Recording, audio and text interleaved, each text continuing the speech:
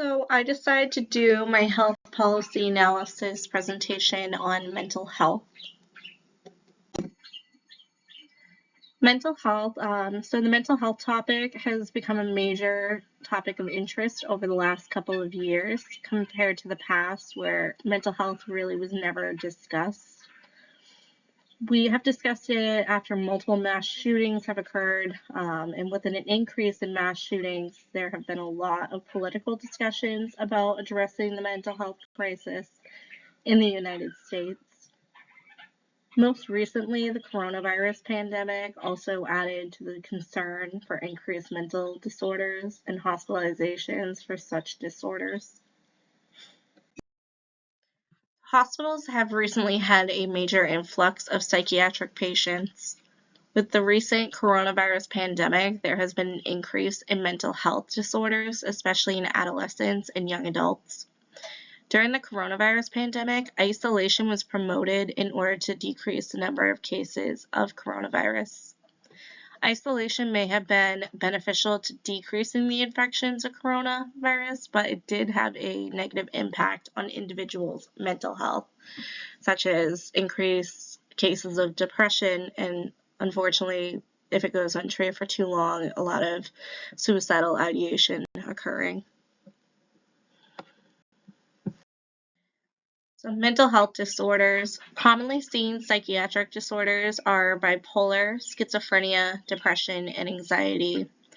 As stated in the previous slide, a lot of these disorders, if they go untreated, especially depression and anxiety, can eventually lead to suicidal ideation, which we have had quite a few admissions for. 1 in every 8 people in the world live with a mental disorder. Mental disorders cause significant disturbances in thinking, emotional regulation, or behavior. Most people who experience mental disorders do not have access to effective care. Patients that are being admitted into the hospital for these conditions, especially for schizophrenia and bipolar, are sometimes in the hospital for months waiting for placement at a psychiatric facility. Coronavirus pandemic and mental health.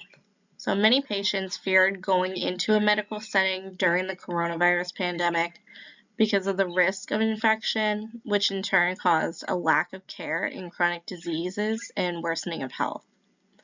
Patients with mental health disorders like schizophrenia and bipolar were also part of the population that were seeking less medical attention and in turn suffered more from the worsening of their mental health disorder.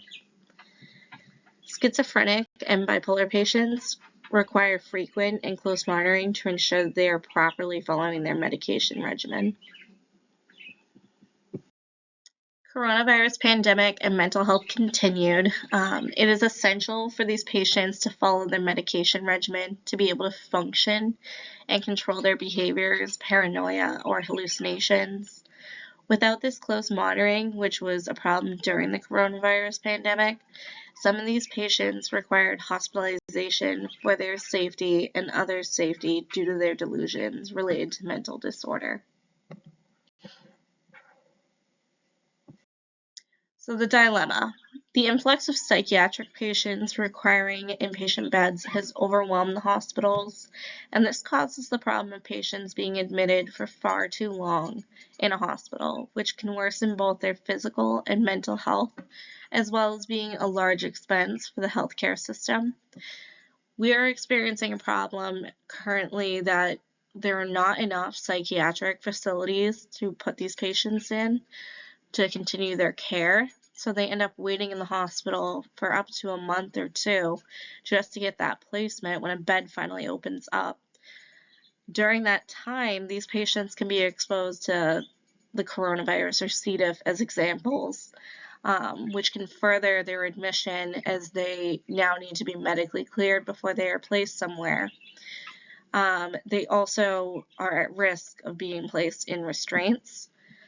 I work on a med-surg psych floor, and I frequently see patients, especially these psych patients, being placed into restraints if they are suddenly experiencing delusions, hallucinations, any of that and become more behavioral towards staff or aggressive violently towards us, that's when we end up usually putting them in restraints, especially when we are short-staffed, to try to help keep the patient safe while also keeping staff safe.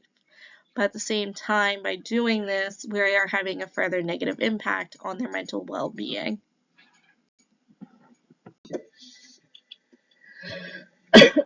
So telehealth during the pandemic. Telehealth visits have been utilized quite frequently since the coronavirus pandemic began.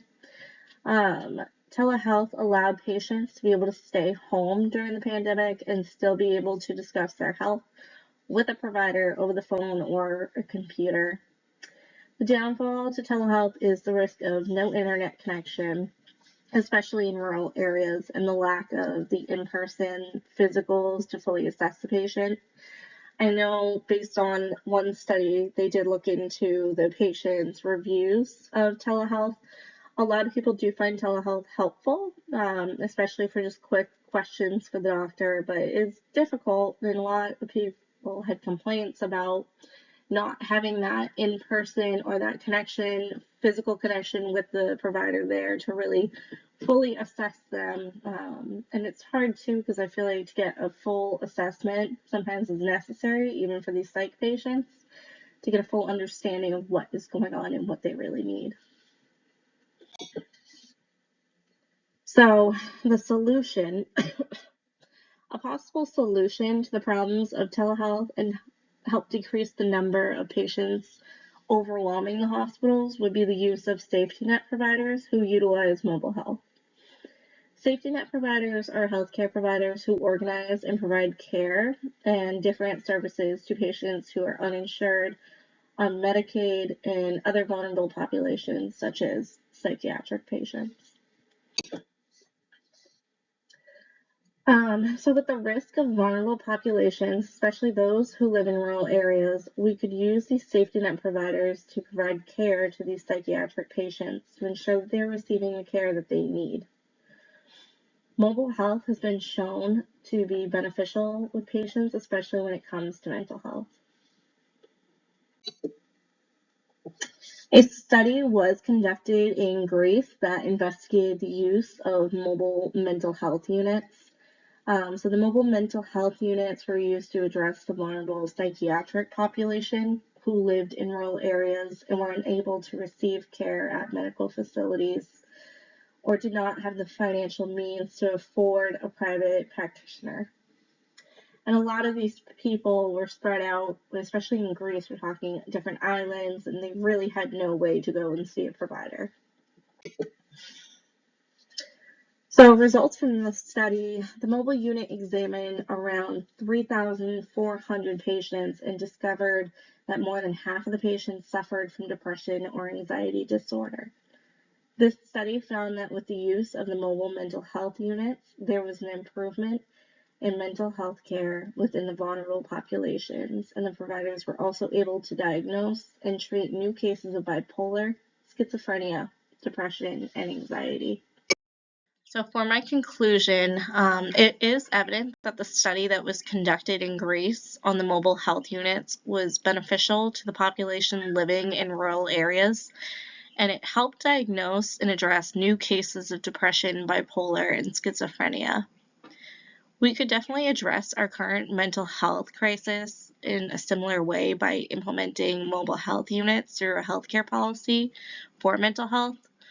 Currently, what we have for our mental health crisis going on is not working. We can't keep flooding the hospitals with these patients, and we don't have enough places to put these patients for efficient care. With the implementation of the mobile health units, like the ones used in the study completed in Greece, we may be able to provide better care to this population while decreasing the expense of hospitalizations on the healthcare system.